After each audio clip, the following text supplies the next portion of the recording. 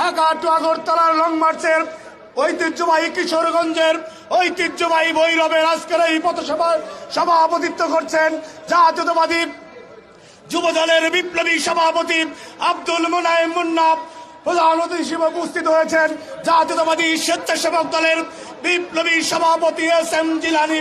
উপস্থিত আছেন যুবদলের সাধারণ সম্পাদক নুরুল ইসলাম নয়ন, স্বেচ্ছাসেবক দলের সাধারণ সম্পাদক রাজিব হাসান।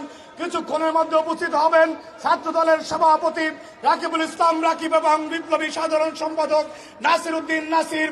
সবাইকে এবং উপস্থিত জনতা, আগ্রাসন বিরোধী উপস্থিত জনতা সবাইকে আগামী বাংলাদেশের অনিবার্য নেতৃত্ব, বাংলাদেশের কোটি তারুণ্যের প্রাণের স্পন্দন তারেক রহমানের পক্ষ থেকে সংগ্রামী অভিনন্দন এবং শুভেচ্ছা।